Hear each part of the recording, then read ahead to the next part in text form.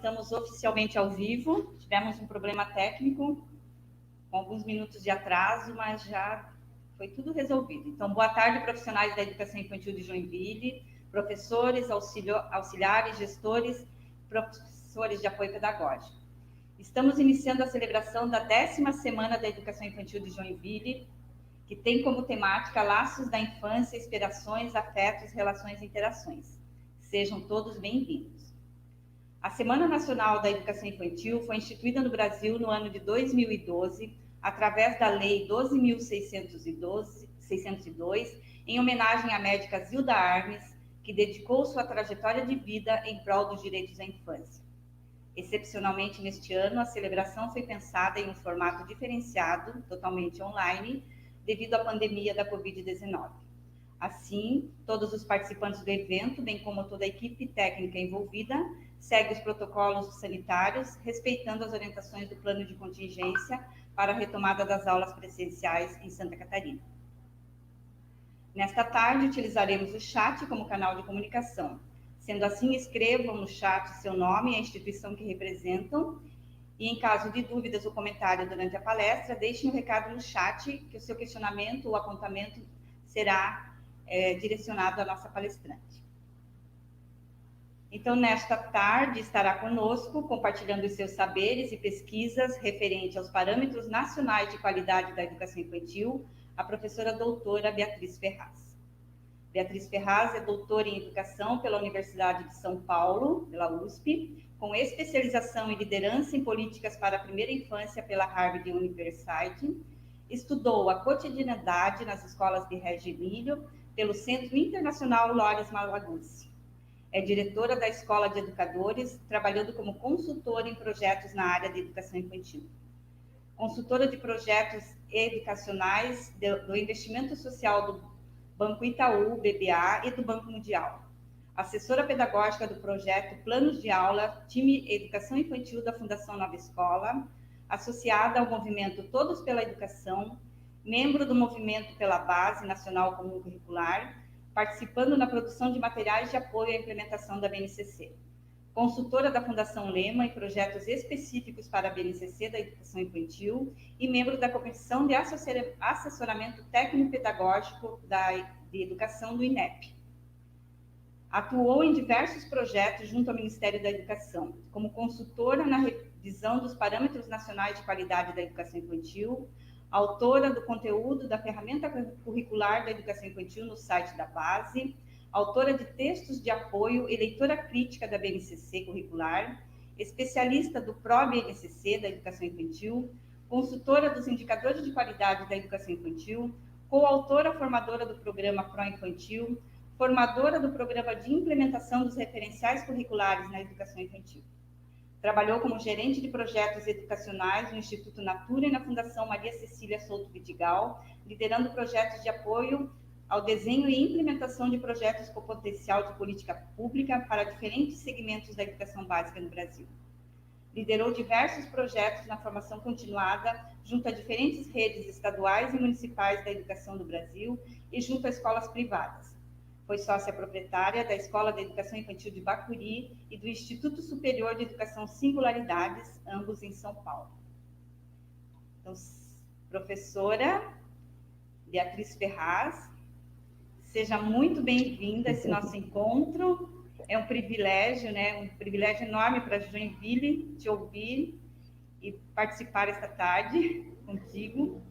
Entramos com um pouco de atraso, professora, mas, né, diante desse contexto de fazer ao vivo, esses desafios. Mas fica muito à vontade, estamos muito felizes mesmo com a tua presença.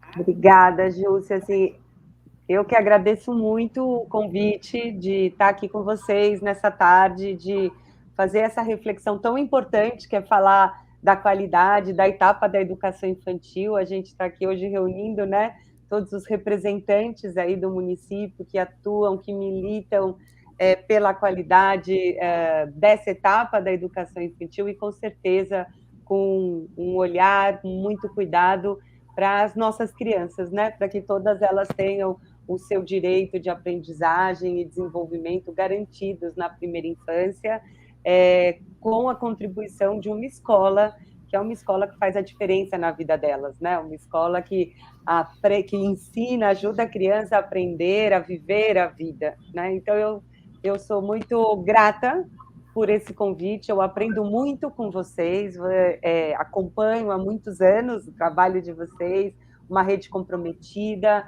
uma rede que está o tempo inteiro se repensando e ajustando e adequando e criando práticas para que esse pleno potencial das crianças possa ser garantido. Então, eu que agradeço muito o convite, e faz parte, né, os nossos problemas de tecnologia, a gente vai ajustando aqui.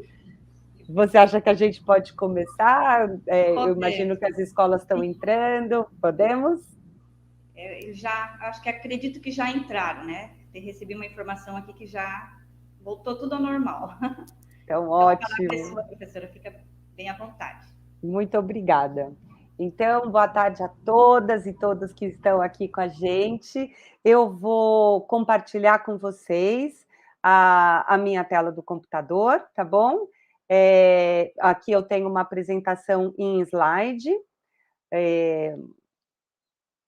E a ideia é um pouco, eu vou conversando, vocês fiquem à vontade, como a Jussi falou, para escrever no site, qualquer pergunta, qualquer observação que vocês tenham, fiquem à vontade de fazer ao longo da apresentação, e no final também a gente vai abrir um espaço para a gente dialogar, para escutar os comentários e perguntas que vocês possam ter. O desafio aqui de hoje, né, que foi solicitado para eu trabalhar com vocês, a ideia dos parâmetros de qualidade da educação infantil, e eu separei aqui 3 reflexões para a gente fazer a partir dessa encomenda, né? Por que a gente está falando de qualidade da educação infantil, né? Como que os parâmetros de qualidade da educação infantil podem apoiar a melhoria desta etapa da educação básica? E, por fim, por que esse é um tema importante para o professor da educação infantil? E para a gente começar a falar, então, né, nessa perspectiva da qualidade, uma pergunta que a gente pode se fazer é: por que é importante investir em uma educação infantil de qualidade, né? E para responder essa pergunta, a gente tem que olhar para a importância do desenvolvimento infantil e para a importância do desenvolvimento infantil nessa etapa da primeira infância, que é a etapa da educação infantil, né? E falar, portanto, sobre qualidade, falar sobre primeira infância, implica a gente falar sobre os primeiros anos de vida das crianças e refletir sobre o que a gente conhece, o que a gente sabe sobre a importância dessa etapa na vida do indivíduo, do sujeito, né? Para a gente fazer essa conversa, eu vou, para disparar as nossas reflexões e para a gente entrar numa sintonia juntas, eu vou passar o trailerzinho desse documentário que chama O Começo da Vida, que foi desenvolvido pela Fundação Maria Cecília, em parceria com a Maria Farinha. 3 minutinhos, mas eu queria muito que vocês retomassem, muito de vocês já podem até ter visto o documentário, mas é só para a gente retomar qual é a mensagem que esse documentário está trazendo para nós. Eu queria que a gente pudesse hoje falar a partir dessa mensagem. Então, eu vou colocar aqui o vídeo, a gente assistir. Torna com a apresentação. Professor Einstein, if you had just one question about the universe, what would that be? Is the universe friendly? E aí, então, eu peguei ele no colo e comecei, nossa, então, oi, finalmente, né, fomos apresentados. Você que estava aí dentro, eu que estava aqui fora. Naquele minuto, eu falei, nossa, quanta coisa eu tenho a aprender com você. I had 35 years without children. It was everything about myself I had to change. She thinks she's just as big as her big sister, but she's definitely not a princess, huh? Every second, the brain is making between 700 and 1,000 new connections. Babies are citizens of the world. They can hear the distinctions in every single language. The first few years is very much like building the frame of a house. So you're constructing the framework upon which everything else will develop. Acho que a partir do momento que abriu o olho, já tá o sentido. O dedo da barriga mesmo, que já vai chutando. Vai, meu, esse espaço aqui tá ficando pequeno, cara. Those babies in the first 5 years are ultimately plastic to whatever experiences come in. Instead of thinking of them as being blank slates or living in a blooming, buzzing confusion, really, we're now realizing that they're the best scientists and the best learners that we know of in the universe. It doesn't come ready-made, it comes ready to learn. Babies, infants do not learn from video, they don't learn from TV, they learn from real life interaction with people. The mother, this whole notion of the human capital invested in the child, the greatest part of which is the mother's, that love is an important part of the economy. One of our friends asked my wife, what do you feed this son of yours? He's growing so healthy and so beautiful so quickly.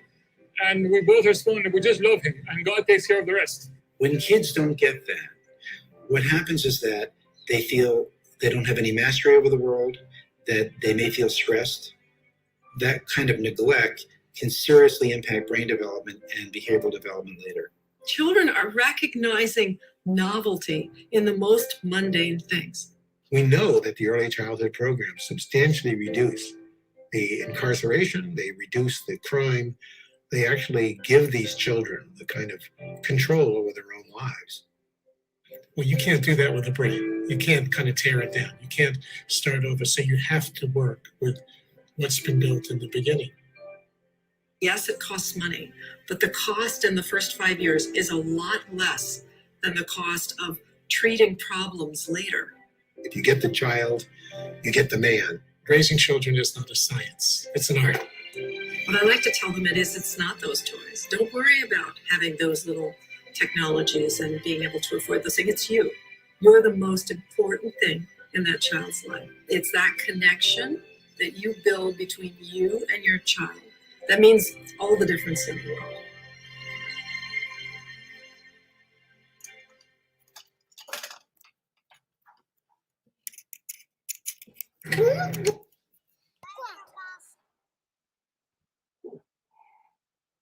Bom, vou retomar aqui com vocês, então, a apresentação. E retomar aqui, né? Eu gosto muito quando a gente tem a oportunidade de ver esse documentário. Eu acompanhei muito de perto a criação dele, né? O lançamento e toda a repercussão. E essa ideia muito forte que o documentário quis trazer, que é essa sensibilização da sociedade para a importância dos primeiros anos de vida, né? As pesquisas recentes que a gente tem da neurociência, como a gente viu aqui, uma série de informações no vídeo, elas vêm para afirmar muito do que a antropologia, a psicologia, a sociologia já vinha construindo em termos de conhecimento sobre o desenvolvimento infantil, mas agora trazendo evidências, né, científicas observáveis do ponto de vista do desenvolvimento cerebral, isso que a gente chama da arquitetura do cérebro, né? O quanto os primeiros anos de vida são importantes para o desenvolvimento dessa arquitetura e o quanto as crianças se desenvolvem nesse período, mas um aspecto muito importante, que é o quanto esse desenvolvimento ele depende das experiências que as crianças vivem nesse momento da vida delas, né? Então, a gente sabe que nos primeiros anos de vida, por exemplo, a criança chega a alcançar 80% do cérebro do adulto, do que ela vai desenvolver ao longo de toda a vida. 40% das habilidades mentais que a gente desenvolve ao longo da nossa vida já estão desenvolvidas nos primeiros anos de vida. Esse gráfico aqui ele é muito interessante para a gente também pensar que as áreas de desenvolvimento que são altamente importantes, né, para nossa vida toda, como, por exemplo, o nosso controle emocional, as nossas habilidades sociais, o desenvolvimento da linguagem, da aritmética, vejam, eles alcançam o auge, né, do desenvolvimento nos primeiros anos de vida, né? O que faz que a gente pense o quanto as experiências são importantes para que esse potencial do auge seja o mais alto possível, né?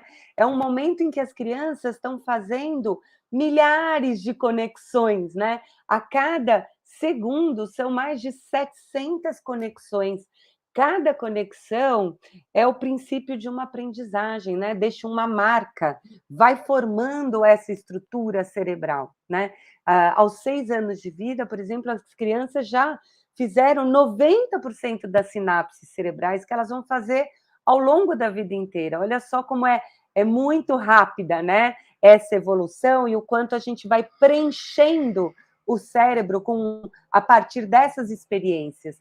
E por que a gente está falando disso? Por que é tão importante a gente falar disso nesse momento? Porque olha só a transição em termos de olhar, de imagem de criança que a gente está vivendo, né? Até pouco tempo atrás, a década de 50, 60, a criança nascia, o que a gente fazia? A gente colocava ela no bercinho, em volta ali no coelhinho, um ambiente sem estímulo, sem luz, né? A gente não tinha essa visão do quanto que as crianças aprendem nesses primeiros meses da sua vida, nos seus primeiros anos de vida, e o quanto isso depende da interação, né, com adultos, da interação em contextos em que elas possam viver experiências positivas, né, com o mundo, com os outros, para aprender sobre si mesma, né? E hoje a gente olha isso, né? Hoje a gente tem esse bebê que nasce e que a gente já interage com ele, que a gente conversa, que a gente coloca ele para brincar nesse tapete, mas essa mudança é recente, né? A gente tem muito claro já essa ideia, então, a criança aprende e aprende muito, mas a gente ainda precisa falar da qualidade da experiência que garante esse aprendizado, né? Não é qualquer estimulação, a gente não está falando, quando a gente evidencia o potencial da infância, a competência que a criança tem para aprender nesse momento da vida dela, a gente não está falando de antecipar experiências que as crianças não estão prontas para viver, ou que não fazem sentido para as crianças viver, né? A gente não está falando de colocar uma rotina incansável na vida das crianças, em que elas não parem de ter coisas para fazer e que elas acabam tendo uma postura passiva em relação a essa quantidade de experiências. A gente está falando de experiências que falam da interação, da qualidade do vínculo, da relação afetiva com um adulto que escuta e que interage de forma genuína com essa criança, com um adulto que acredita no potencial dessa criança para aprender, um adulto que expressa o amor, a segurança, a confiança pelo olhar, pelos gestos, que acolhe também, né, aprende a interpretar esse bebê e essa criança a partir da linguagem delas, né, que é uma linguagem motora, é uma linguagem corporal, é uma linguagem visual, é uma linguagem de balbucio, né? Mas ele está conectado e ele reage a partir da interação com essas crianças. Então, o que a ciência vem comprovando para a gente, isso está muito forte no nosso currículo da educação infantil, desde as nossas diretrizes curriculares, é essa ideia da interação como eixo central, né, para a promoção das aprendizagens. E aí a gente diz assim, essa interação, que é uma interação que ela é de bate-bola, é uma interação que implica o vai e vem, que a gente chama da escuta responsiva. Eu escuto e eu respondo, e eu devolvo para a criança. E quando eu devolvo, a criança também recebe e me devolve. E é esse vai e vem, é esse bate-bola que favorece as aprendizagens das crianças, né?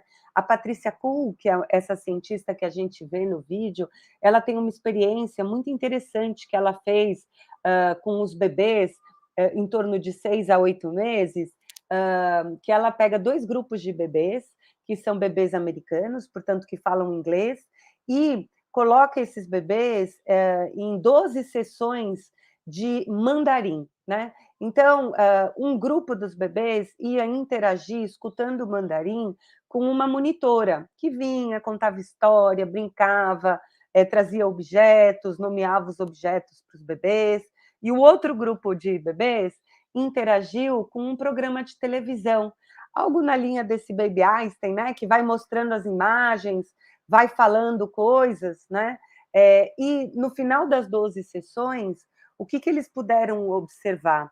Que não houve aprendizagem para as crianças que interagiram com a televisão, né? Houve, sim, aprendizagem com as crianças que interagiram com a tutora.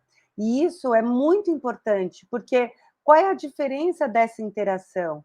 A televisão, ela coloca a criança numa situação passiva de receber estímulos e perceber que não tem escuta responsiva do outro lado. Então, independe do que essa criança fala, a televisão vai reagir de forma homogênea para todas, né? E ela, a partir dessa experiência, ela não se conecta.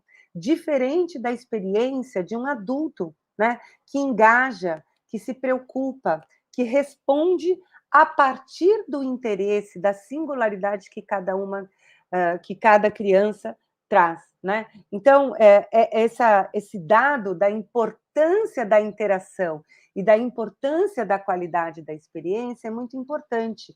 É disso que depende todo esse potencial que a gente tem na infância em termos de aprendizagem das crianças. E aqui a gente também pode chamar atenção para todo o lado, esse potencial todo, ele existe para o lado bom, mas ele também existe para o lado ruim, né? O quanto que as experiências positivas ajudam para um desenvolvimento muito positivo e pleno do ponto de vista, né, das capacidades e dos conhecimentos e saberes das crianças, mas o quanto também, quando essas crianças estão imersas em ambientes físicos e humanos que são empobrecidos, o quanto os resultados do ponto de vista do seu desenvolvimento e da aprendizagem também são prejudiciais, né? Olha, a gente tem aqui uma imagem que ela é muito forte, né? O quanto que o impacto quando a criança está numa condição de vulnerabilidade, numa condição que não é de experiências positivas e plenas, né? Ela chega a ter um desenvolvimento cerebral que não é potencial, o cérebro não cresce, né? Ela não cresce de tamanho. Toda a energia que a criança tem para fabricar, né, aquilo que ela precisa para se desenvolver, acaba sendo direcionada para se proteger desse estímulo da vida, que é um estímulo negativo para ela, né? Então, quanto a gente tem que tomar muito cuidado para que as crianças possam ter toda essa potência plena desenvolvida, que elas tenham condições de boas experiências, mediadas por interação de qualidade, né? Que a gente cuide da exposição das crianças para contextos que são negativos, né? E quando a gente fala dessa ideia da qualidade das experiências, a escola ela tem um lugar muito importante, né? Eu gosto muito dessa fala da Maria Malta Campos, que ela fala: a frequência a uma creche ou uma pré-escola de qualidade faz a diferença da vida das crianças. Não só falando do impacto positivo que isso vai ter na trajetória escolar posterior, porque vai ter, né? Mas principalmente no que diz respeito à natureza das experiências vividas durante o tempo que elas estão nessa instituição. O que possibilita, né, essas experiências que possibilitam uma plena vivência da infância, ampliando as suas possibilidades de compreensão e interação com o mundo e com as pessoas a seu redor. A educação infantil ela tem um importante diferencial em relação à qualidade dessas experiências e ao professor como um mediador dessas experiências das crianças, nas quais elas aprendem sobre os outros, sobre si mesmas e sobre o mundo, né? E o que a gente tem que cuidar muito, o que a gente tem ressaltado, e o debate em torno da qualidade está muito forte, é que a gente sabe que as instituições de baixa qualidade, elas têm um potencial, inclusive, de prejudicar o desenvolvimento infantil.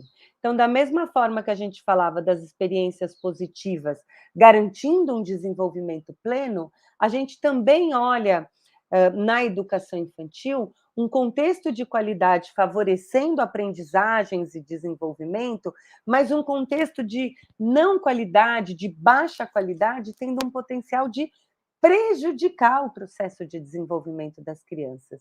E a gente tem indícios de que a qualidade no Brasil não caminha bem, né? Então, são poucas as pesquisas que a gente tem de avaliação que olham para o país como um todo, até a gente pode dizer de avaliações internacionais que possam funcionar como um comparativo, mas aqui eu trago para vocês uma avaliação que foi realizada em 2010, em parceria com a Fundação Carlos Chagas, junto com o Ministério da Educação, o BID, que é o Banco Interamericano de Desenvolvimento, em que a gente tem, né, numa escala aí de 0 a 10, um índice de qualidade de 3,3 para creche e 3,4 para pré-escola, né? O que nos faz ligar, né, o farol vermelho e pensar muito o impacto que a gente pode estar gerando na formação das nossas crianças quando a gente não está conseguindo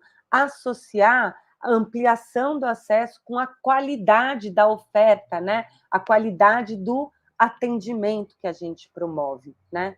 E a gente tem evidências do quanto um atendimento na educação infantil de qualidade é muito importante e tem efeitos a longo prazo na nossa vida inteira, né?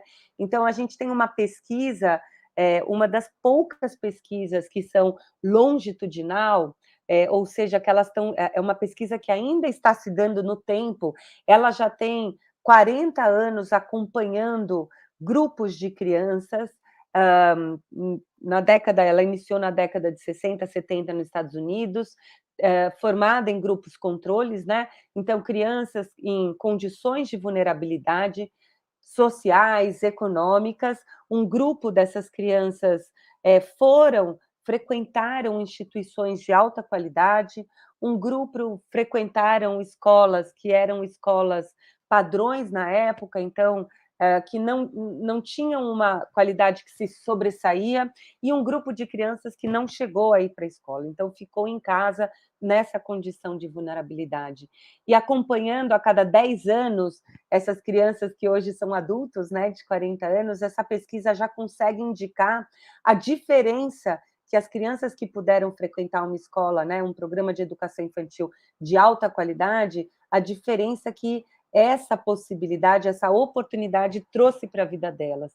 E essa diferença fala de sucesso na trajetória escolar, desde maior aprendizado, mas também a ideia de finalizar uma trajetória, né, conseguir terminar a educação básica, se interessar em continuar os seus estudos, mas também fala, olha só, de impactos na saúde, né? Então, o quanto são pessoas que também se cuidam mais, são pessoas com menos chances de envolvimento com droga, com criminalidade, mas também com menos chances de desenvolver problemas de saúde mental, problemas cardíacos, né?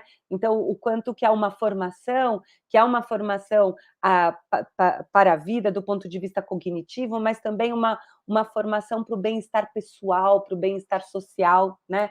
Pessoas que tiveram maior sucesso econômico, e aqui a gente traz muito nessa perspectiva de pessoas que conseguiram ir atrás do seu sonho, do seu empreendimento, e conseguiram entrar no mercado de trabalho, né? Então, alcançaram um sucesso na sua vida profissional, né? E, por fim, a gente tem um importante economista, que é o James Heckman. Ele ganhou o Prêmio Nobel na área, né, de economia, fazendo um estudo a partir dessa pesquisa, que é uma pesquisa que chama High School Perry Preschool, High School Perry Preschool, desculpa. Ele fez um cálculo de retorno do investimento que a gente tem quando a gente investe bem na infância. E esse cálculo vai mudando ao longo do tempo, né? Mas a gente tem um retorno muito grande. A cada dólar que a gente investe hoje na educação infantil de qualidade, em programas de educação infantil de qualidade, são, no mínimo, 14 a 16 dólares que a gente deixa de precisar investir em outras etapas da educação ou em outros programas, né, e políticas para reverter um quadro de insucesso de aprendizagem e de desenvolvimento dos adolescentes e dos jovens, né? Então, o quanto está muito claro o potencial que tem essa aprendizagem e o quanto a gente vem, né, enquanto etapa da educação básica, buscando dar visão para essas informações que a gente já tem, né? Do quanto a criança aprende nessa etapa, o quanto uma escola de qualidade faz a diferença, o quanto é importante a gente rever a proporção do investimento, do custo aluno-qualidade nessa etapa da educação, para que a gente possa garantir uma oferta de qualidade para as crianças, né? Porque a gente sabe, e as pesquisas, elas também indicam, e aí a gente pode até falar pesquisas no Brasil, Daniel Santos é um pesquisador aí na área da infância, do impacto da qualidade da educação infantil, e ele tem uma pesquisa muito interessante que ele fez num município no interior de São Paulo, que chama Sertãozinho, e ele diz, né, o quanto que o impacto de uma educação de qualidade, ele é muito maior, inclusive, em crianças em situações de alta vulnerabilidade, né? Então, se uma criança em condições de vulnerabilidade, de baixa qualidade no ambiente escolar, familiar, se ela tem a oportunidade de frequentar uma educação infantil de qualidade, isso pode significar para essa criança um significativo alcance no seu desenvolvimento pleno. E o que a gente tem, por um lado, por outro lado, né, e complementar a essa análise, é um crescimento que ainda não está equitativo, né, que a gente fala que é a brecha que não fecha.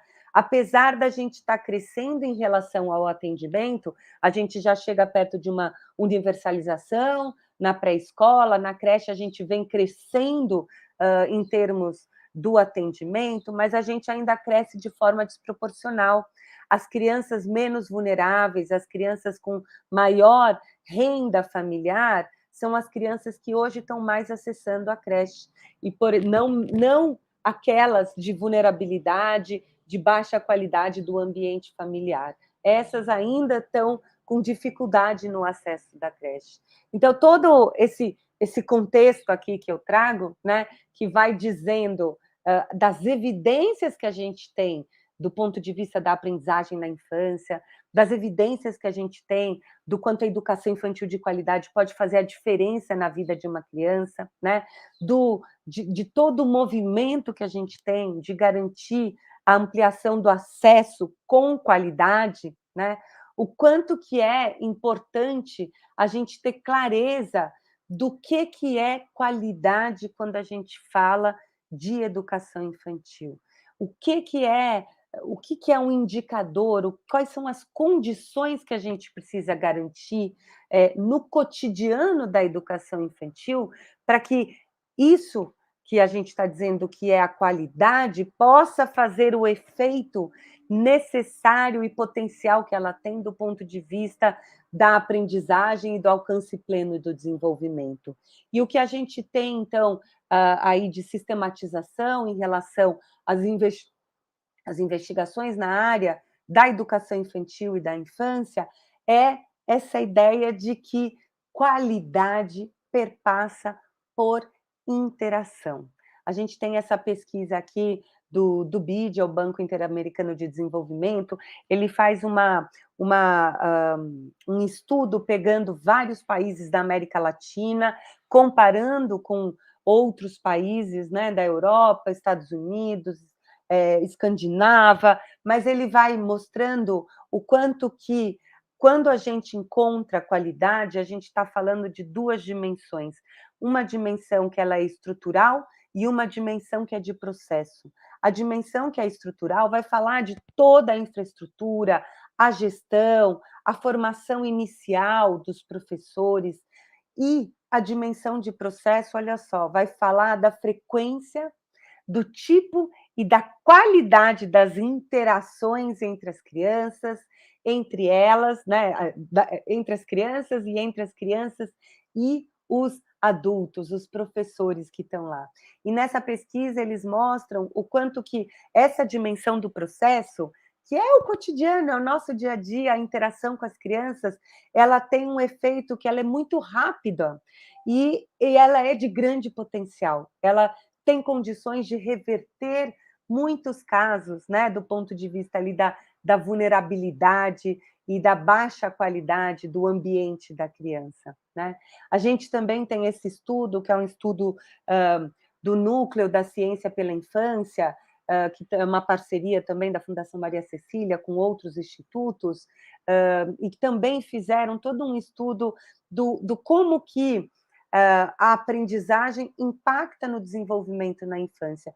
E eles levantam alguns aspectos centrais que também foram encontrados em ambientes de qualidade educacional na educação infantil. E, de novo, olha aqui, o que se destaca, né? A ideia dos profissionais bem formados.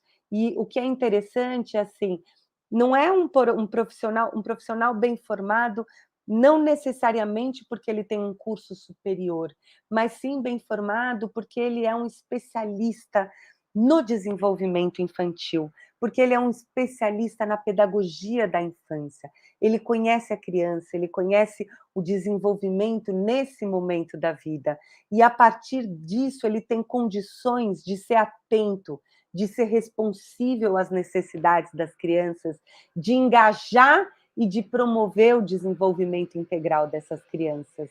Outro ponto bastante interessante, que também a gente vem acumulando do ponto de vista de indicadores de qualidade, é a ideia de um currículo adequado à faixa etária, com atividades e um programa bem estruturado, com um planejamento intencional do professor, né? A nossa base nacional comum curricular, que está super alinhada com as nossas diretrizes curriculares nacionais da educação infantil, elas já fazem um movimento, né, de trazer uma proposta curricular que seja uma proposta curricular que respeita a infância, que respeita as especificidades da infância. Quando a gente coloca a nossa base, a gente parte da nossa base dos direitos de aprendizagem e desenvolvimento das crianças, a gente está trazendo um destaque central para dizer, olha, a educação infantil tem especificidades, as crianças têm especificidades nessa etapa da vida delas, na forma como elas aprendem e se expressam na relação com o mundo, na relação consigo mesma, na relação uma com as outras, né? E os direitos precisam ser garantidos, porque eles falam desta forma da criança aprender. É aprender convivendo, brincando, se conhecendo, se expressando, né? A gente também tem uma outra publicação, essa é a mais recente, do Banco Mundial, que também vai nessa linha de olhar para os indicadores de qualidade e reforça muito o quanto os currículos são importantes nesse sentido. E é muito interessante o quanto eles vão trazendo já as evidências de que currículos e propostas educacionais, né, projetos pedagógicos que são excessivamente acadêmicos e estruturados, eles podem, inclusive, prejudicar o desenvolvimento das crianças, né? Prejudicar as habilidades cognitivas, socioemocionais e a motivação da criança por aprender.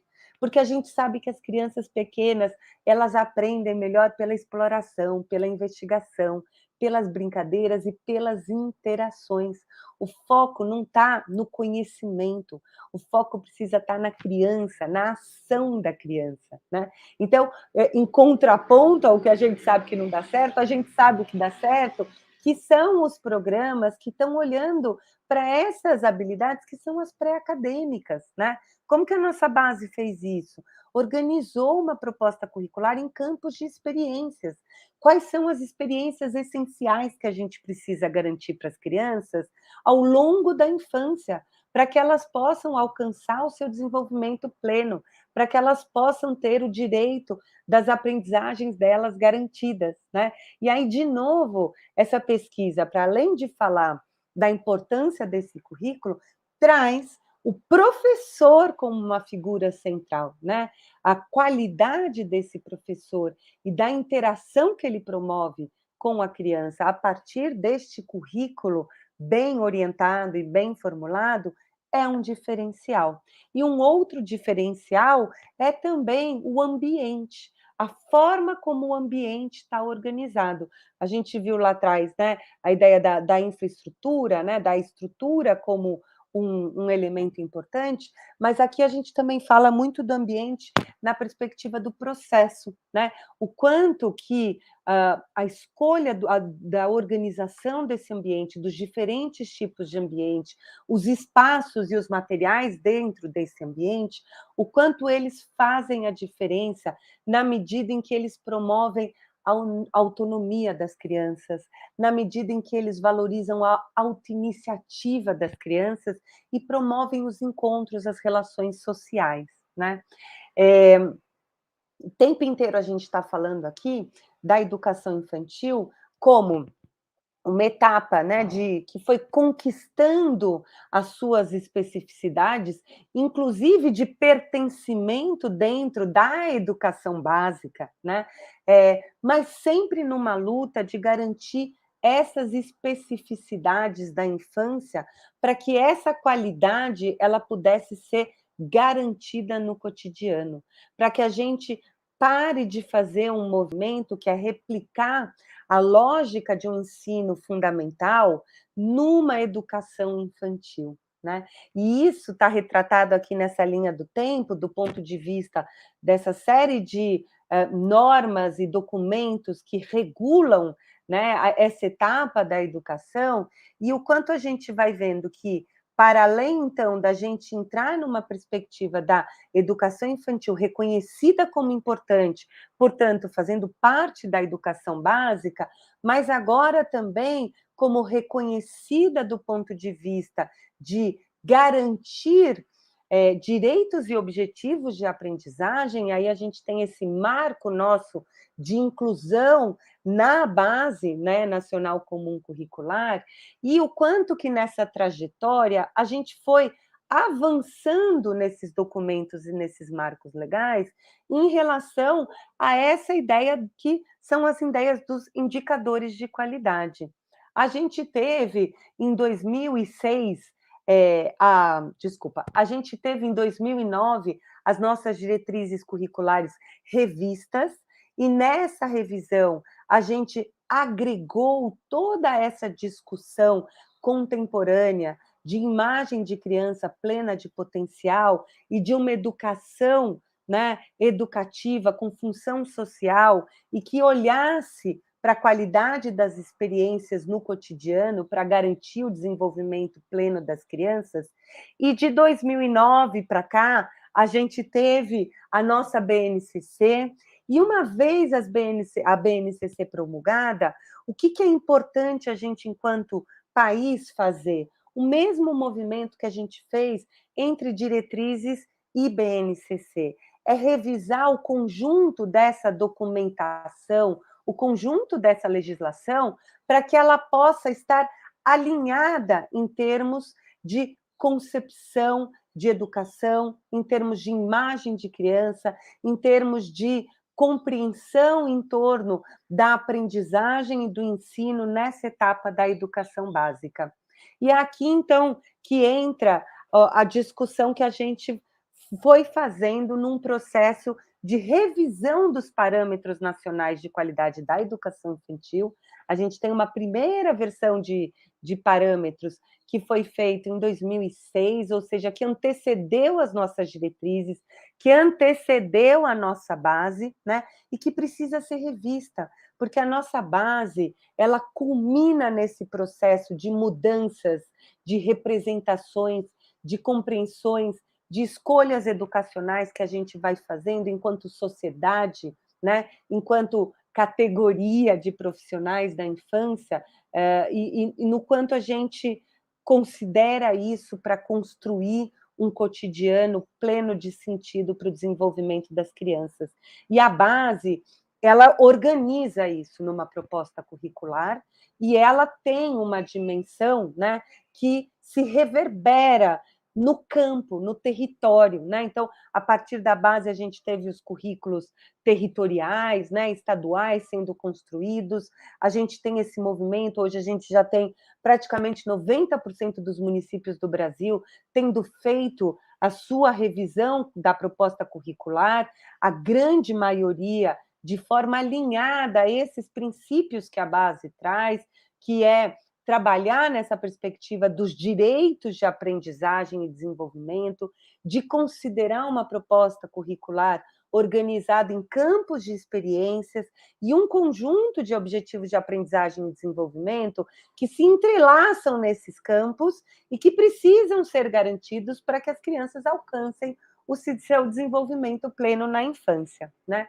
E nesse cenário todo que eu quis fazer aqui para a gente ter clareza do quanto é importante conhecer e falar sobre a qualidade da educação infantil, eu passo agora para o nosso segundo ponto aqui dessa conversa. Como os parâmetros podem ajudar em todo esse alinhamento, nesse olhar para a prática, na garantia das mudanças necessárias para um alcance da qualidade? O que aconteceu assim que a base foi aprovada? A gente iniciou um movimento que é um movimento de atualização dos parâmetros nacionais da qualidade da educação infantil. E essa atualização, ela tinha uma intenção direta de trazer um alinhamento com as revisões, então, das políticas que a gente já tinha em andamento, entre elas diretrizes, a nossa base, e também uma oportunidade de fazer isso numa construção intersetorial e colaborativa. Esse documento ele foi revisado com uma série de instituições representadas, então envolveu o MEC, a Undime, a Unesco, o FNDE, o INEP, Fórum de Conselhos Estaduais, Municipais, envolveu também a representação do terceiro setor, de institutos, de fundações, então foi um debate ao longo de alguns meses para fazer a revisão dessa proposta. O documento que é lançado, então, em 2018, ele é um documento que traz inovações, que são inovações significativas em relação aos princípios e às práticas da qualidade da educação infantil, né? Ele considera toda essa revisão e todo esse avanço do marco regulatório da educação infantil e também todas essas pesquisas e estudos recentes que pautam, né, a nossa proposta, por exemplo, de organização curricular para a BNCC, que pautam a nossa imagem de criança como uma criança plena de potencialidades, uma criança preparada, né? Uma criança com potência para aprender e se desenvolver, uma criança curiosa, uma criança aberta, né, para as experiências que esse momento da vida dela pode trazer, né? Então, é um documento que traz a inovação desse alinhamento, é um documento que traz uma outra inovação que eu gosto também bastante de destacar, é um documento único, e em contraponto ao documento anterior, que fazia uma divisão entre os parâmetros de qualidade e os parâmetros de infraestrutura, ou seja, se a gente vem discutindo, as evidências vêm mostrando que a infraestrutura, ela envolve não só o prédio em si, mas ela também envolve processos que dialogam com essa dimensão da interação, da mediação, né? Então, quando a gente faz essa reflexão, a gente entende que a gente não precisa separar. Quando a gente fala de qualidade, quando a gente fala de parâmetros de qualidade, infraestrutura, considerando ambiente, espaço, materiais, insumos pedagógicos e também infraestrutura predial, vamos dizer assim, tudo isso está dentro do que é qualidade na educação infantil. Então, esse documento, ele junta esse conjunto de parâmetros. Uma outra inovação que esse documento traz, que também é bastante interessante para a gente considerar, é o diálogo com públicos específicos, né? Então, os parâmetros anteriores, ele fazia um diálogo mais abrangente, e nessa proposta de parâmetros, a gente buscou identificar o que é específico do compromisso, da responsabilidade de cada um dos públicos, né, dos corresponsáveis pela garantia dos direitos das crianças do ponto de vista da educação e da educação infantil. Então, a gente tem parâmetros que dialogam diretamente com os gestores das secretarias de educação, secretários, os técnicos da secretaria, com os gestores das instituições de educação infantil, aí envolvendo diretores, coordenadores pedagógicos ou papéis e funções equivalentes a essa. A gente tem parâmetros específicos para os professores, específicos para os profissionais de apoio das instituições de educação e também aqueles que são específicos para os familiares e responsáveis pelas crianças, né? E aqui a ideia é muito que a gente possa colocar esses diferentes públicos em interação, em situação de corresponsabilidade pela educação das crianças, né? Os parâmetros, eles são formulados... Só um minutinho que eu vou tomar uma aguinha. Os parâmetros, eles são formulados também como uma perspectiva de referência de boas práticas que criam condições para que a qualidade da educação infantil possa se dar no território. E eles têm como foco os direitos e os objetivos de aprendizagem e desenvolvimento das crianças. No documento dos parâmetros, a gente tem a seguinte organização. A gente levanta 8 áreas focais, que a área focal é uma ideia de organizar um conjunto de princípios e parâmetros para ajudar uma melhor compreensão do que são eles e de como eles se apresentam no cotidiano, na prática, né? Então, são 8 áreas focais: a gestão dos sistemas e das redes de ensino, formação, carreira, remuneração de professores e dos demais profissionais da educação infantil, gestão das instituições de educação infantil, currículo, interações e práticas pedagógicas, interação com a família e a comunidade, intersetorialidade, espaços materiais e imobiliários e infraestrutura. Cada uma dessas áreas, ela tem um conjunto de princípios e cada um desses princípios, né, e o bloco desses princípios, um conjunto de parâmetros. Outra coisa muito interessante que o documento dos parâmetros traz é uma sugestão de como que eles podem ser trabalhados, né? Os parâmetros, eles representam um documento oficial com uma linguagem, né, que é uma linguagem mais próxima a uma legislação, né? Mas eles sistematizam e apontam esse conjunto de informações muito importantes e com um alto teor de impacto em ações, não somente do ponto de vista de mudanças da nossa prática pedagógica no dia a dia na escola, mas também, como a gente viu pelas áreas focais, do ponto de vista da gestão da política da educação infantil, do olhar da sociedade para a educação infantil, da necessidade de um trabalho de corresponsabilização para as mudanças. Então, nesse sentido, os parâmetros, eles podem ser vistos, né, como uma oportunidade para um trabalho formativo, né? Ele pode ser visto como uma referência para estudos a partir dos princípios, dos conceitos e das práticas que favorecem o desenvolvimento infantil. Ele também pode ser visto como uma oportunidade para um processo de revisão das políticas e dos projetos, sejam nacionais, estaduais, municipais, ou de gestão, né, da própria instituição de educação infantil, e a revisão dessas políticas e práticas com uma ideia de partir de boas práticas, porque os parâmetros indicam boas práticas, né, com um plano de ação. Como eu alcanço isso? O que precisa acontecer para eu chegar nesse parâmetro que eu quero alcançar de qualidade, né?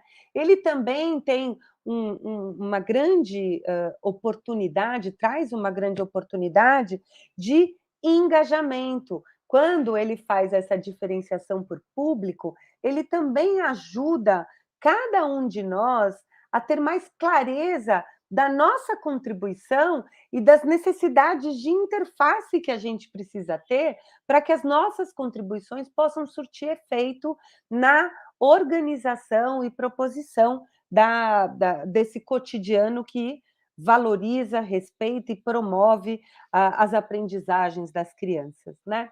E, por fim, e não menos importante, o parâmetro, né, esse documento, ele tem um potencial muito grande de ser usado do ponto de vista do monitoramento da qualidade atrelado a um plano de ação, né? Então, eu consigo organizar junto com a minha escola, junto com a Secretaria de Educação, junto com a comunidade de pais, junto com a comunidade na qual a escola está inserida, um olhar de como estamos em relação a esses parâmetros e o que precisamos fazer para avançar e para melhorar em relação a eles. Não esquecendo, claro, que para além dos parâmetros, a gente também tem os nossos indicadores de qualidade da educação infantil e como os indicadores eles foram feitos já após as nossas diretrizes curriculares nacionais, eles estão alinhados, né, as diretrizes, a base, e o movimento que a gente fez foi também trazer os parâmetros nesse processo de revisão, também alinhados aos indicadores da educação infantil. E vamos agora, então, falar um pouquinho do terceiro aspecto aqui da nossa reflexão. Por que que a gente está falando de qualidade, de parâmetros, e numa fala aqui na qual a gente está reunindo, né? Imagino que massivamente, professores, educadores, né? Os profissionais que, na prática, no dia a dia, são os responsáveis, né? Por garantir os direitos e os objetivos de aprendizagem das crianças.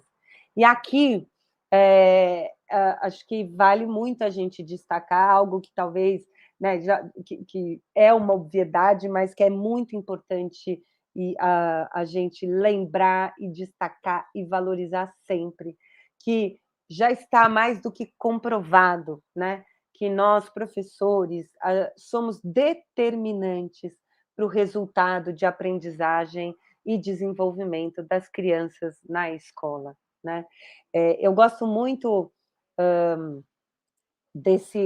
dessa citação que está no livro que eu mostrei para vocês, dos primeiros anos de vida, que é o do BID, do Banco Interamericano de Desenvolvimento, no momento em que eles definem a qualidade da interação, e, portanto, quando eu falo de interação, eu estou sempre me referindo ao sujeito professor, porque ele é o mediador na relação com as crianças para essas experiências né, das crianças com o mundo, com as outras crianças e com ele mesmo, né? Então, o quanto que, né, quando a gente encontra qualidade nesse cotidiano na escola, a gente encontra, né, professores que estimulam as crianças a se envolver ativamente em diferentes atividades. Professores que mantêm uma interação frequente e positiva com a criança, o que compreende um sorriso, um contato físico, um colo, falar com a criança à altura do olhar dela, responder prontamente às perguntas e aos pedidos que elas nos fazem, encorajar a criança a falar sobre a sua experiência, os seus sentimentos e as suas ideias. Nos ambientes de alta qualidade, os professores, os cuidadores também ouvem com atenção, fazem perguntas que propiciam respostas individuais de cada criança. Então, interagem com o grupo e com cada criança. Expandem as ações e as verbalizações das crianças com os materiais e com ideias cada vez mais complexas. Interagem com cada criança individualmente ou em pequenos grupos. E não apenas com o grupo todos, usando técnicas, usando por meio de práticas, né, que orientam e estimulam e promovem a independência, a autonomia adequada às crianças, né? Então, a qualidade do professor em si, né, a qualidade da formação do professor é em si um indicador de qualidade para a educação infantil. E é em si porque um professor bem formado, um professor atento, um professor com essas características que a gente acabou de ver, né, ele é um professor capaz de criar ambientes pedagógicos de alta qualidade. E os ambientes pedagógicos de alta qualidade são aqueles que garantem o engajamento das crianças, que promovem interação entre as crianças. A interação entre as crianças e os objetos, né? Sempre por meio de apoio à aprendizagem delas, com uma orientação e uma modelagem e fazendo boas perguntas que levem as crianças a pensar, a fazer conexões e a ampliar e aprofundar os seus saberes e os seus conhecimentos. Então, o professor é figura central. E os parâmetros conversam com os professores, né? Conversam com a gente. Tem uma série de parâmetros que estão voltados a trazer boas práticas nossas no cotidiano que favorecem as aprendizagens e o desenvolvimento das crianças. E aqui eu queria apresentar para quem não conhece e propor aí que a gente revisite para quem conhece um documento que foi feito numa parceria entre o Movimento pela Base, a Fundação Maria Cecília Souto Vidigal e a Undime, que eu tive a oportunidade de ser a redatora desse documento, e é um documento que nasceu desse desejo de olhar para o professor e conversar com o professor, de aproximar esse documento de parâmetros, né, dos parâmetros que trazem uma riqueza enorme para a gente pensar a nossa prática, para a gente pensar os contextos de aprendizagem com as crianças, mas que pela estrutura que ele tem, que é uma estrutura mais de regulação, né, de um documento oficial, muitas vezes não tem a chance de encontrar um diálogo com a gente, que está o tempo inteiro pensando, bom, essas coisas todas, como elas acontecem na prática? O que efetivamente eu preciso considerar disso no meu dia a dia, na relação com as crianças? O que isso me traz de ideias e de oportunidades para eu construir contextos de aprendizagem que sejam significativos? Então, foi com esse espírito de estabelecer um diálogo mais próximo com os professores, né, que o movimento, a Fundação Maria Cecília e a Undime se juntaram e produziram esse documento que tinha como intenção apoiar os contextos de interação, brincadeira e as linguagens promotoras das aprendizagens e do desenvolvimento da criança de 0 a 5 anos, à luz dos parâmetros nacionais da qualidade da educação infantil. A ideia central na composição, né, na organização desse documento, foi buscar criar um movimento que, por meio de uma narrativa, convidasse o leitor, né, esse interlocutor, a teorizar a prática. Então, ele é um documento que vai trazer a prática pedagógica e, a partir da prática pedagógica, ajudar a fazer a conexão com os princípios e com os parâmetros. Ele vai pôr em diálogo princípios, parâmetros e práticas pedagógicas, né? De forma a ajudar o professor, né? Ajudar a gente que está no dia a dia a aprender e cada vez mais, né? A gente se desenvolver profissionalmente, qualificando a nossa prática pedagógica. A ideia é que ele possa trazer elementos, né, que apoiem essa conexão entre as práticas vigentes, ou seja, aquilo que a gente está acostumado a fazer, mas que a gente já sabe que que tem mudanças que precisam acontecer, né? Então, conectar essas práticas por meio de um convite, né, de refletir sobre elas, trazendo novas variáveis, ajudando a gente a olhar para essas práticas com outras lentes, né? E, a partir desse novo olhar, poder, com o apoio dessa linguagem, né, dessa teorização que o documento traz, ressignificar essas práticas, criar novas práticas e ampliar a compreensão, né, dos profissionais da educação em relação às práticas pedagógicas que são promotoras de qualidade e, portanto, de aprendizagem e desenvolvimento para as crianças, né? Eu acho que vale muito a gente destacar aqui o quanto é fundamental no momento em que a gente está vivendo a revisão, né, das nossas políticas e projetos na área da educação infantil, e quando a gente tem uma proposta como a gente tem da nossa Base Nacional Comum Curricular, o quanto isso vai se revertendo, né? Você tem as diretrizes, você tem a base, você tem o Plano Nacional de Educação, você tem muitos movimentos que são movimentos que trazem representado um consensuamento da sociedade em relação às escolhas educacionais que a gente faz para as nossas crianças. Então, quando a gente também, enquanto professor, a gente que está no chão da escola, a gente que está na ponta, né? A gente também buscar no nosso dia a dia a coerência entre a nossa prática e o discurso, entre a nossa prática e aquilo que a gente diz e entende que a gente faz, nessa perspectiva de dialogar de forma coerente com essa imagem de criança, com essa concepção de ensino e aprendizagem. Esse movimento dessa reflexão nossa de coerência, né, de ser coerente com os nossos princípios, é muito importante.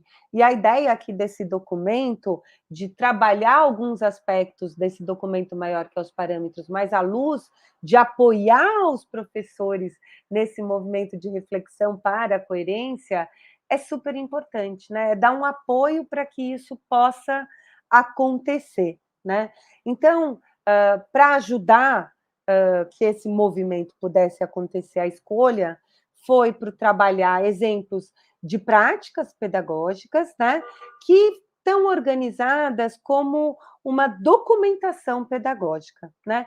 E tal como uma documentação, mas também buscando aqui na forma como as documentações estão colocadas, trazer a evidência, né, do valor que a educação infantil tem na primeira etapa, né, como primeira etapa da educação básica, a importância e o papel do professor e as potencialidades das crianças, né? Sempre visando essa ideia de contribuir para uma reflexão e, ao mesmo tempo, para as mudanças necessárias nas nossas práticas.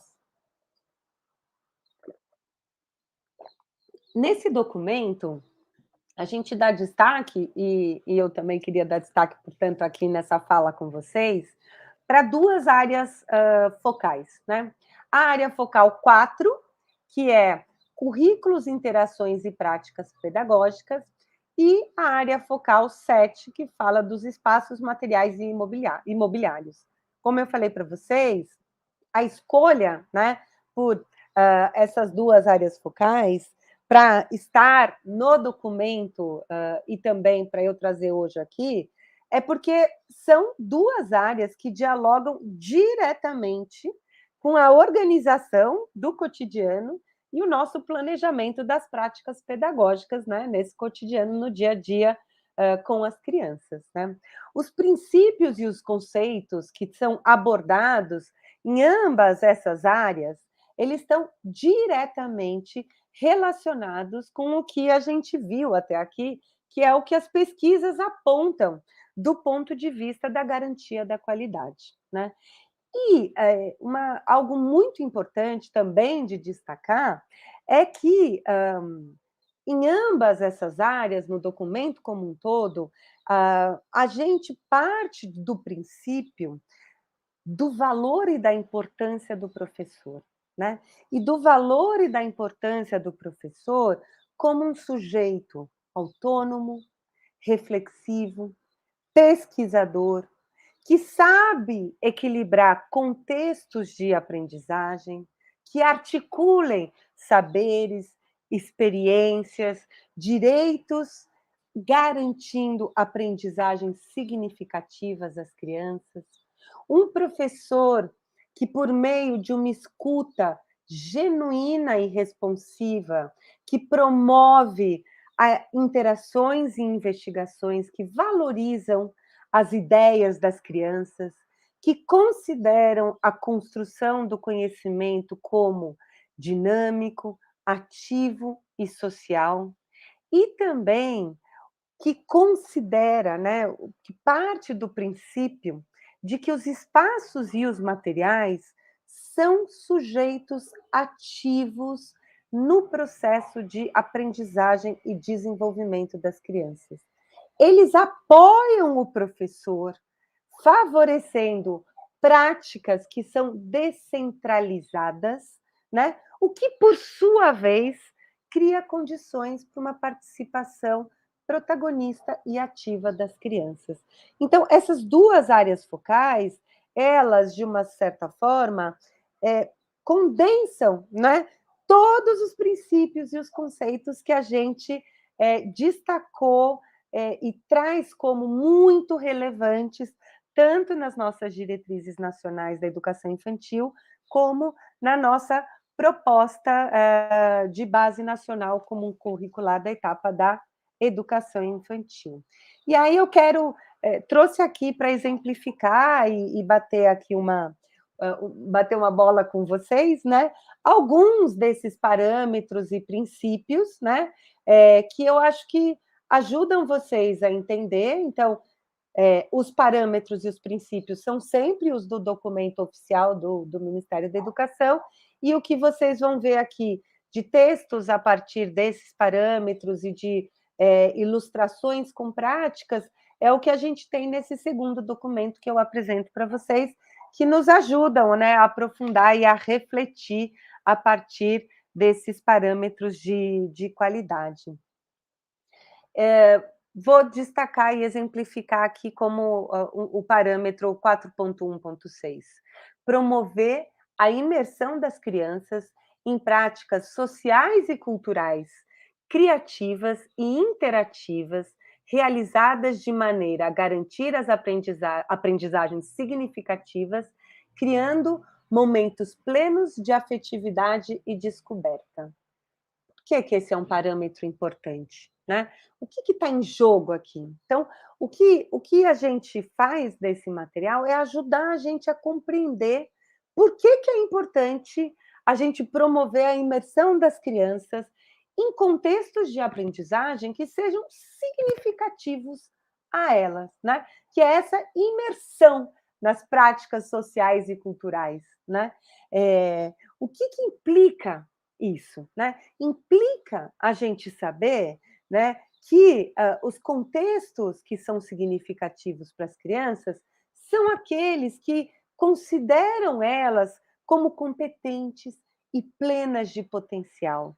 São aqueles que são organizados de forma a garantir a participação ativa da criança, a garantir o seu protagonismo, a garantir a sua iniciativa, a sua autonomia. São aqueles que o professor planeja, né, considerando as experiências, os interesses, as curiosidades das crianças, trazendo desafios e ferramentas que apoiam, que favoreçam as conexões, né, entre essas experiências e saberes e os conhecimentos que fazem parte do nosso patrimônio social, né, permitindo que as crianças possam ampliar e aprofundar os seus conhecimentos e os seus saberes. A partir dessa compreensão em torno do que precisa estar em jogo do ponto de vista do planejamento de um contexto de aprendizagem significativo para a criança, eu trouxe aqui um exemplo de uma documentação pedagógica, e cada exemplo de documentação pedagógica que tem nesse material, eu peguei de um lugar diferente também que tem na minha trajetória. Vai ver, até tem exemplo aqui de vocês também, porque eu fui tentando juntar tudo de belo e de sábio que eu aprendo nos diferentes contextos formativos que eu tenho a oportunidade de participar. Aqui é o exemplo de uma documentação que eu tive a oportunidade de conhecer pelas mãos de uma diretora de uma instituição de educação infantil de São José dos Campos, aqui em São Paulo, e a professora que escreveu é a professora Bruna Joaquim.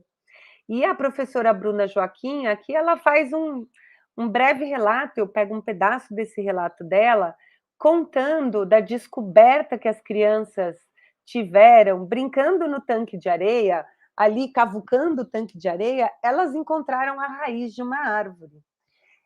E o espanto das crianças, e tudo o que esse encontro com a raiz da árvore promove, né? E esse olhar da professora interagindo, muito atenta com essa descoberta das crianças e com todas essas inquietações e hipóteses que essa descoberta da raiz trouxe naquele momento, né? E esse relato, ele traz o encantamento dessa professora, né, com a descoberta das crianças, e por si só, ele tem uma beleza em si, um ensinamento em si para nós, mas, acima de tudo, ele traz o papel do professor, né, o papel que o professor demonstra na prática, que ele ocupa na prática, quando ele efetivamente se coloca nesse lugar de uma escuta genuína e responsiva. Porque quando ele escuta e ele reage a partir disso, ele aciona um papel, um lugar de curador de experiências, de curador de perguntas, de curador de provocações que as crianças trazem. E ele cura no sentido que ele escuta e escolhe aquelas que ele devolve para as crianças. E quando ele devolve com a intencionalidade de que essas crianças possam avançar nas suas pesquisas, nas suas investigações, mas avançar com a consciência, avançar com o sentimento de que foram elas que estão pautando o próprio processo de aprendizagem e as suas próprias descobertas. E isso só acontece porque teve esse professor que escutou, que acolheu, que reorganizou essas informações que as crianças trazem nesse momento da descoberta da euforia, devolveu isso para as crianças de uma forma estruturada para que elas pudessem avançar nas suas investigações e, a partir daí, nas suas aprendizagens e nas suas novas descobertas. Um outro parâmetro que eu queria destacar aqui é esse, o 4.3.3. Organizar intencionalmente as atividades das crianças, ora estruturadas, horas espontâneas e livres, como campos de experiência, com os campos de experiências que aproveitam e sistematizam as situações e experiências concretas da vida cotidiana das crianças e os seus saberes, entrelaçando-os com os conhecimentos que fazem parte do patrimônio cultural. O que está em jogo aqui, nesse parâmetro que eu queria destacar muito para vocês, né? Essa ideia de o professor ser o responsável por garantir o equilíbrio entre os diferentes contextos de aprendizagem, o equilíbrio entre diferentes práticas pedagógicas. Intencionalmente, é o professor que vai refletir quais são os apoios necessários para que as crianças possam aprender e se desenvolver a partir de cada uma das experiências que ele promove, que ele garante no cotidiano junto com as crianças. E existem naturezas que são diversas do ponto de vista da aprendizagem. A ideia, quando a gente fala que com a proposta curricular da nossa base organizada em campos de experiência, que isso significa colocar a experiência no centro do planejamento curricular, a ideia não é tirar o professor, né? A ideia é colocar o professor em relação com a criança, é colocar o professor nesse lugar de um parceiro potente na construção de aprendizagem, que é da criança, né? E para isso, o professor precisa conhecer muito sobre como essa criança aprende. Não significa que o professor tem que apenas organizar os espaços e materiais e deixar as crianças atuarem, e ele não pode fazer nada, de jeito nenhum. A gente está falando da importância de um professor que, por conhecer muito as suas crianças, por ter uma escuta muito atenta e plena às crianças, ele é capaz de organizar os contextos de aprendizagem, garantindo o equilíbrio entre os momentos em que ele vai precisar dirigir mais os contextos, ou seja, ele orienta mais, né, a proposta e as ações das crianças, equilibrar essas situações com situações em que há uma liderança compartilhada entre o professor e a criança, ou seja, o professor dispara uma orientação de proposta e as crianças escolhem as ações, depois o professor orienta algumas ações e as crianças escolhem as propostas que elas vão fazer a partir dessa orientação do professor. E o terceiro aspecto do equilíbrio é também garantir as situações em que ele organiza os contextos, né, os espaços e os materiais, e está na mão das crianças a escolha da proposta e das ações que elas vão fazer no tempo que elas vão fazer. Então, o grande desafio que a base nos traz com a provocação de um arranjo por campos de experiência, por nos mostrar a importância de planejar intencionalmente contextos que considerem, né, a singularidade das crianças, é o professor entender o equilíbrio entre esses contextos de diferentes naturezas, né, e saber que em todos eles o papel dele é fundamental, né? Colocar a criança no centro, né, do planejamento, a partir da sua experiência, não significa o professor ser passivo, né? Muito pelo contrário, é um professor que é extremamente ativo, é um professor que escuta, que observa e que age no momento em que a aprendizagem está para acontecer. É um professor que relança as observações e as perguntas das crianças, que relança por meio de experiências investigativas, que provoca as crianças com outras experiências, né? E esse equilíbrio, ele precisa ser harmônico, né? Sem perder o ponto de vista, né? Sem perder de ponto de vista a importância do compromisso com os direitos e os objetivos de aprendizagem das crianças, né? A escolha desse tipo de gestão que a gente estava falando aqui está sempre, né? Ela perpassa por uma reflexão que é da natureza do conhecimento que está em jogo do ponto de vista da aprendizagem das crianças.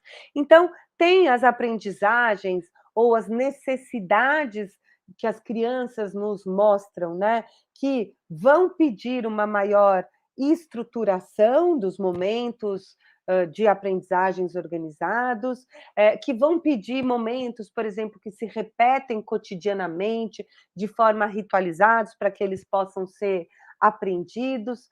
Enfim, independente da aprendizagem, é importante que o professor tenha essa consciência, que ele é o grande responsável por conhecer a criança, conhecer as suas necessidades de aprendizagem, os apoios que ele pode dar para cada uma dessas crianças, respeitando profundamente os seus interesses, as suas curiosidades e os seus diferentes ritmos de desenvolvimento. Só mais um golinho aqui. Um outro parâmetro aqui para a gente também refletir, que eu destaco,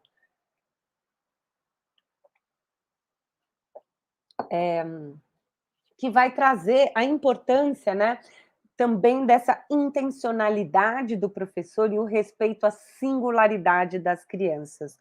Então, esse parâmetro 4.2.16.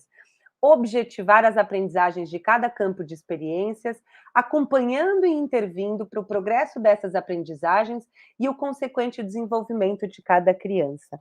Ou seja, é papel do professor planejar intencionalmente o cotidiano e as práticas pedagógicas que fazem parte desse cotidiano, atrelando, né, articulando, entrelaçando os campos e os objetivos de aprendizagem, né, com as experiências, os saberes das crianças, os seus interesses, as suas curiosidades. É acima de tudo, papel do professor, né, garantir que as crianças possam aprender e se desenvolver, respeitando, né, com um profundo respeito, as suas singularidades, as suas necessidades, né? O professor, portanto, tem esse importante papel, como eu falei para vocês, de observar, de escutar, de ser um curador das perguntas, dos problemas, né, das problematizações que as crianças trazem. E essa prática que eu trago aqui também é uma prática que eu achei bastante interessante, porque ela conta de uma professora que, a partir do interesse das crianças pelos super-heróis, ela, junto com a turma, vai pesquisar sobre a vida dos super-heróis, né? Por que as crianças, o que elas querem saber sobre os super-heróis, né? O que chama a atenção e tal. E no grupo, ela identifica que tem um grupo de crianças que tem em comum questões em relação a esse universo dos super-heróis, e tem uma criança que ela não entra na ideia dos super-heróis. O que ela está trazendo como vontade, né, de conhecer, de investigar, de saber mais, está mais relacionado com o mundo das princesas e das rainhas, né, com o mundo das histórias, né, dos contos de fada. E aí a professora contando como que ela vai dando uma cadência para esses interesses e as pesquisas das crianças, sempre buscando validar e valorizar os percursos diferentes que as crianças vão colocando em ação para a partir dos seus interesses e curiosidades, mas sem perder de vista aquilo que ela, como professora, precisava garantir do ponto de vista das aprendizagens das crianças, né? Então, aqui, de novo, né, o quanto que o parâmetro traz essa ideia de é importante planejar tendo em vista as aprendizagens, né, os objetivos de aprendizagem, mas sem perder a singularidade, o protagonismo da criança no seu processo de aprendizagem. E uma prática aqui que traz isso de uma forma evidente. A gente também tem um princípio e um conjunto de parâmetros a partir desse princípio, que é o princípio que vai falar da documentação, né? Então, o princípio 4.4 fala observação, planejamento, documentação e reflexão das práticas pedagógicas e das aprendizagens das crianças. E aqui, então, a gente tem um olhar do ponto de vista dos parâmetros, e aqui, nesse documento especificamente, da documentação pedagógica, buscando mostrar, né, o quanto a documentação pedagógica tem, né, na prática, como na prática ela se dá com essa intencionalidade de refletir e comunicar um projeto educacional, a valorização dessa imagem de criança, da educação infantil, do percurso de aprendizagem de um grupo de crianças e também tornando visível as aprendizagens de cada uma das crianças. E no documento a gente busca destacar e dar, né, valor para a documentação pedagógica também do ponto de vista dos 3 pilares que ajudam a gente a pensar essa perspectiva da documentação apoiando os processos de aprendizagem. Então, tanto a documentação pedagógica, que é a documentação que ajuda as crianças no seu próprio processo de aprendizagem, então aqui a ideia de uma discussão de um projeto também que as crianças estavam fazendo, e as crianças pensando como é que elas vão organizar num mural a informação de tudo que elas aprenderam, e isso perpassa por elas refletirem sobre quem é o interlocutor, os ajustes que elas precisam fazer para que esse interlocutor desse mural possa entender o que está lá, e nesse processo a quantidade de descobertas e novas aprendizagens que elas têm. Então, a documentação do ponto de vista da memória e do acompanhamento do processo de aprendizagem das crianças, né? Mas também a documentação pedagógica como um processo do professor que planeja intencionalmente uma prática, que realiza essa prática, escuta e observa o que acontece nesse momento, registra e interpreta essa escuta, essa observação a partir do registro feito, para que possa replanejar, para que possa relançar, dar continuidade aos contextos de aprendizagem, garantindo essa sintonia com os interesses das crianças, né? Então, garantindo a ampliação e o aprofundamento daquilo que estava em jogo no contexto anterior, num processo de continuidade de aprendizagem a partir das experiências em jogo, mas sem perder de vista sempre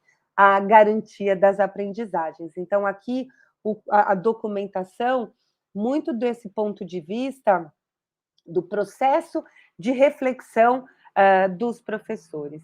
E, por fim, também, a gente traz um exemplo de uma documentação que também mostra um processo de acompanhamento de um processo de aprendizagem de uma das crianças, e o quanto que esse processo convida as famílias para também se colocarem e trazerem, por exemplo, como que elas observam em casa essas aprendizagens das crianças, né? A criança levou para casa, o que ela comentou, o que ela fez, tem alguma coisa para sugerir para que seja feito aqui na escola como uma continuidade do que está acontecendo no ambiente familiar. Então, também trabalha a documentação do ponto de vista dessa comunicação e da relação com as famílias, a partir aí, né, desse princípio, do conjunto de parâmetros que fazem parte desse princípio.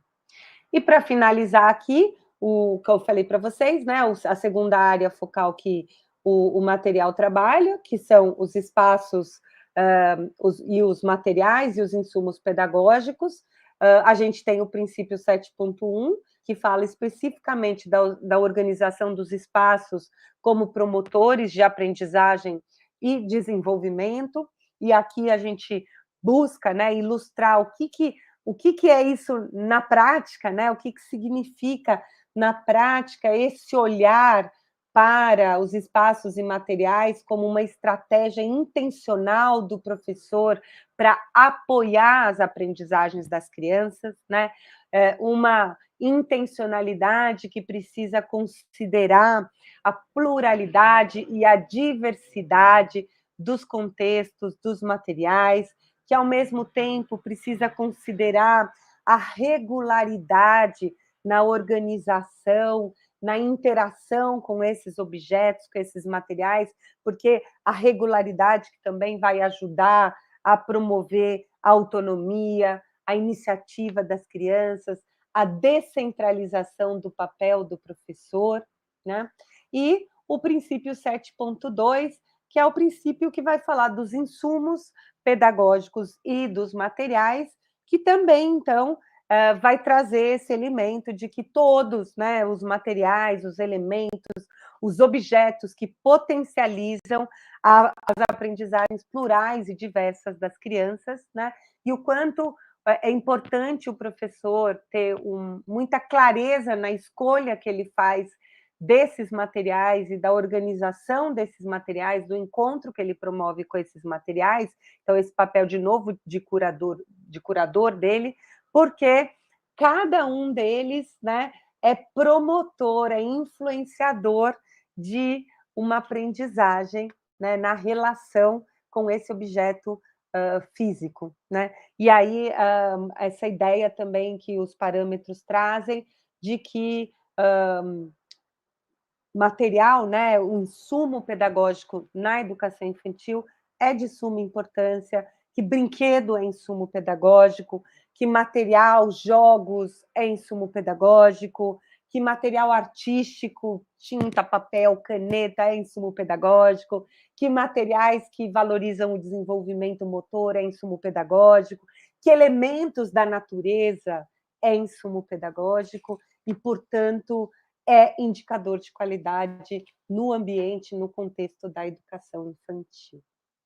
Enfim, gente, finalizo aqui essa fala e queria agora abrir para escutar e dialogar com vocês e agradecer mais uma vez a oportunidade e a paciência de vocês aqui com essa escuta. Nós é que agradecemos, né, Beatriz?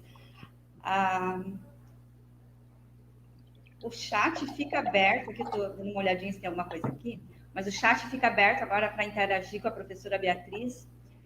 E então, professora, quando você falou lá no início, né, que a gente fez uma encomenda, uma encomenda para falar dos parâmetros de qualidade, nós quisemos trazer realmente essa fala sobre os parâmetros, né, porque Joinville tem, né, um diferencial de qualidade na educação, a professora já conhece, né, já trabalhou mais perto com a gente aqui, e a gente preza também muito por isso.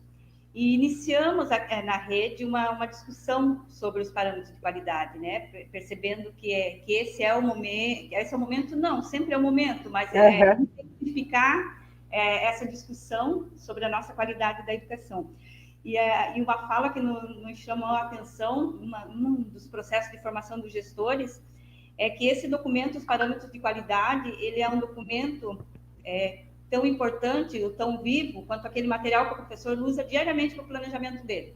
E aí uma das gestoras nos trouxe o parâmetro de qualidade dela, todo rabiscado, todo cheio de post-it. Que legal. E aí a gente usou isso como exemplo, que é essa a finalidade do parâmetro de qualidade lá na nossa instituição, que ele precisa ser revisitado, rabiscado, colocado muito post-it ali, porque ele precisa ser todos os dias olhado, né? E a gente está trazendo esse processo de formação. Muitos gestores já estão trabalhando, né, desde o ano passado, aproveitaram muito o contexto de pandemia, quando estavam fora, para unir as equipes, né, mesmo à distância, para trabalhar os parâmetros de qualidade, e outras estão agora nesse momento. Então, é esse momento de provocação que a gente traz para os professores, para conhecer esse parâmetro, para rabiscar, para trabalhar nele. E o material que vocês produziram, eu chamo de teu, mas foi uma equipe que produziu, né? Que ele traz muito a questão do parâmetro de qualidade na prática. Uhum. Traz as histórias ali da prática, para que nós possamos também fazer esse exercício. Porque o material, ele traz alguns, né? Ele não traz todos os princípios do parâmetro, mas que pudéssemos fazer esse exercício com cada um dos princípios e ver como ele está lá na nossa prática. E com isso, né, Gilce, esse exercício, vocês estariam, inclusive, criando a narrativa da história do município a partir de uma documentação pedagógica, de um olhar para a qualidade, né, para a garantia dos direitos. É muito bonito pensar isso que você falou agora, né? Assim, cada um dos princípios, a gente pudesse estar trazendo ele, vendo como ele está sendo lá na nossa prática, como está sendo vivenciado, né? Que legal. Mas é uma provocação que a gente tem trazido e a gente observa e acompanha, né, a prática dos nossos professores de apoio pedagógico nas formações, que isso está vindo, né? Os professores estão tendo esse embasamento teórico também, né? Uhum. Eu vou ler algumas coisas que tem aqui no chat. Os materiais pedagógicos são um pilar central para a mediação pedagógica do educador com as crianças, né? Isso é fundamental. Tem muitas falas... Gilce, eu posso fazer uma observação breve aqui dos materiais, que é esse destaque que você acabou de dar, me veio agora uma discussão que a gente está fazendo, que é bem recente, né? Do PNLD, com todas as questões que o PNLD trouxe, né? E um dos pontos que eu gosto muito de destacar quando a gente vai olhar para esse edital do PNLD é que o PNLD ele teria o potencial de ser um programa, pensando na educação infantil, que apoiasse, que todas as escolas pudessem ter esse conjunto de insumos pedagógicos, né, tão importantes do ponto de vista da mediação para a aprendizagem das crianças, né, e o quanto que ele se equivoca quando ele parte do princípio de que o livro didático é um instrumento de mediação. Não, o livro didático não é um instrumento de mediação na infância para a aprendizagem, né? Por isso, toda aquela introdução é interação, é na ação, é na experiência, e esses insumos são mediação. Portanto, cada material que a gente escolhe é um elemento da vida, do mundo físico, natural, social, que a gente introduz na vida das crianças. Então, na infância, insumo pedagógico, portanto, algo que deve ser material de um programa nacional, né, de material didático na educação infantil, tem que considerar brinquedo, livro de literatura, que é imaginação, né, narrativa de vida, é brinquedo, é jogo, é material artístico, né? Então, me lembrei muito por conta dessa fala que achei muito bacana, né? Se a gente encerrar e isso vir à tona nesse momento aí que a gente está de uma discussão tão importante, né? Eu até ia te provocar, né, um tema assim polêmico que daria mais umas 2 horas de conversa, né, professora? Mas a professora Babiana traz essa provocação aqui. Ela coloca aqui: onde entra o livro didático do PNLD para a educação para as crianças, que vai contramão de tudo que nós estudamos nos últimos tempos. O que a gente está vivendo, né, Bibiana? É muito boa a pergunta, que bom que a gente já estava na sintonia, né, Ju? Porque é isso, quer dizer, o que eu fui trazendo para vocês, que eu acho que é essa reflexão que é fundamental, que é a gente caminhar num alinhamento das políticas. E se a gente caminha num alinhamento, a gente tem que continuar nessa gestão democrática de educação que a gente está dizendo. E aí, quando eu falo democrático, as escolhas políticas que a gente faz, são escolhas não partidárias, escolhas pelo bem comum que a gente faz da educação, né? Então, a gente escolheu uma imagem de criança, a gente escolheu e consensuou nacionalmente uma proposta de educação para essas crianças. Esses documentos, eles foram debatidos nacionalmente. A gente tem um programa que nessa edição, por enquanto, nesse PNLD 2022, né, ele trouxe uma política, que é a Política Nacional de Alfabetização, que não foi uma política consensuada, que não é uma política que, na sua origem, ela regulamenta e orienta a etapa da educação infantil. E trouxe num princípio de que existia coerência e convergência entre base e esse documento. Não existe. São políticas diferentes que partem de princípios diferentes. Então, torna inviável que a gente possa dizer que a gente concorda com o que está colocado ali.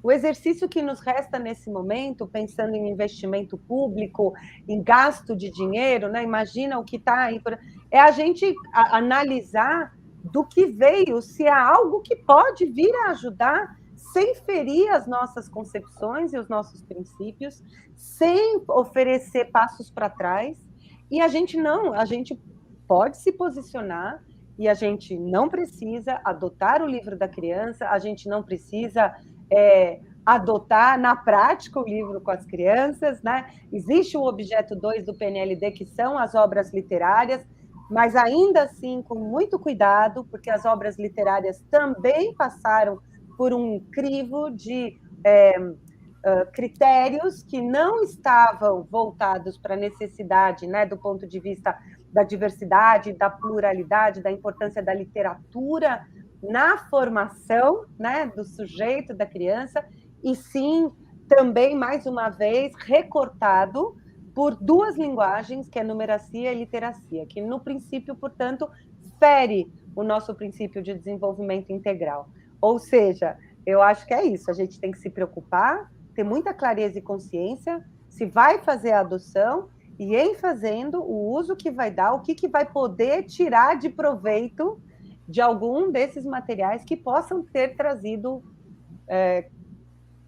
propostas que estão, né, ressoam com aquilo que a gente entende de qualidade, com todo esse percurso lindo, por exemplo, que Joinville já faz, né? Então, será que precisa? Né? E essa semana, né, essa semana da educação infantil, que a gente tem visto, né, procurado dar visibilidade a tudo que acontece na nossa educação infantil, a gente percebe assim o quanto a nossa prática ela é inovadora, que a gente não precisa de retrocesso nenhum, né? E essa discussão do livro didático ela veio muito forte também essa semana, especialmente, né? E a gente tem sim discutido sobre isso. E que bom que a gente tem uma boa discussão sobre isso. Vamos falar assim, né? E para esclarecer, já que esse ponto veio, né, professora, é que a gente quer, e eu acho que todos os que estudam infância querem isso, a gente quer o PNLD. Isso. Isso a gente quer, mas a gente quer ser ouvido, né, no material que a gente quer. Né? Falando ali dos parâmetros de qualidade, desses insumos, desses materiais, do que a gente precisa. Isso precisa estar no PNLD, né? Uhum. Esse livro de literatura de qualidade precisa estar ali. Então, a gente continua, né? Nossos estudos, nossa busca por essa qualidade, que passa por ali também. Né? Exatamente. Uma ótima reflexão que as professoras ali trouxeram sobre isso, e nos provoca a pensar nessa semana que a gente tem ainda de discussão sobre isso. Que bom, que bom. Então, não temos aqui nenhuma, né, no chat, o nosso tempo ali também, entramos com meia hora de atraso hoje. Professora, eu tenho que te agradecer muito, né? Tá muitas palavras de gratidão aqui pelas suas falas. Obrigada. Nesse momento, né, de compartilhar conosco a tua experiência. As portas de Joinville estão sempre abertas, sempre estiveram, né? Espero logo poder ir aí presencialmente estar com vocês. Muito bem-vinda. Te agradecemos. Obrigada, gente. Eu que agradeço em nome de muito. toda a equipe daqui da Secretaria que se movimentou, em nome de todas as unidades que estavam te aguardando para te ouvir, meu agradecimento, tá, professora? Aí, vamos lá. Obrigada, gente. Vamos, não vamos deixar a peteca cair, vamos continuar garantindo o melhor para as nossas crianças, né? Com certeza, com certeza. Obrigada, pessoal. Prazer enorme. Então, nós agradecemos a professora, agradecemos os profissionais que estiveram conosco. Lembrando que temos amanhã ainda mais um momento de palestra para ouvir mais uma pesquisadora da infância que estará conosco. Temos hoje no grupo lá do Mídia da Maiva, da Silvia Storff, a história da Dona Cabra e os 7 Cabritinhos, dos Irmãos Grimm, a Casa Sonolenta. São histórias que foram compartilhadas, né, pelas professoras, a Suzana Tonetti, do SEI Paraíso da Criança. Temos também os vídeos dos profissionais, hoje circulando o vídeo do professor, do auxiliar monitor de segurança. Então, assistam os materiais que foram carinhosamente pensados para essa semana. Tenham uma ótima tarde e amanhã nos vemos novamente.